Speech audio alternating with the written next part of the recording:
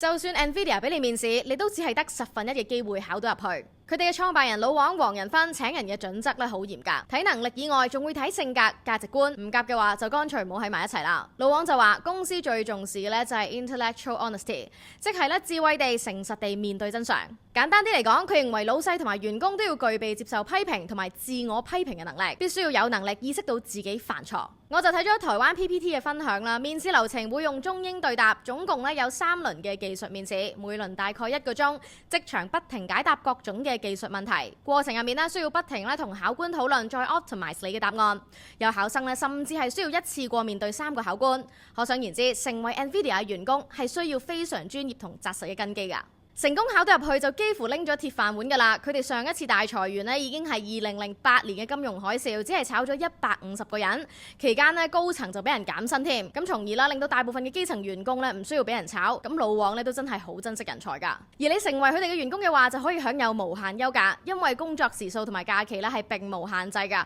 每個有2日嘅自由日，全部員工同時休息。佢公司亦都有過半數嘅員工咧年薪超過177.8萬港紙。華爾街日報就話，越嚟越多科技人想加入 Nvidia， 我都想啊！我叫 Karen，嚟緊會講更加多科創公司嘅企業文化同埋面試細節，有興趣就 follow 我啦。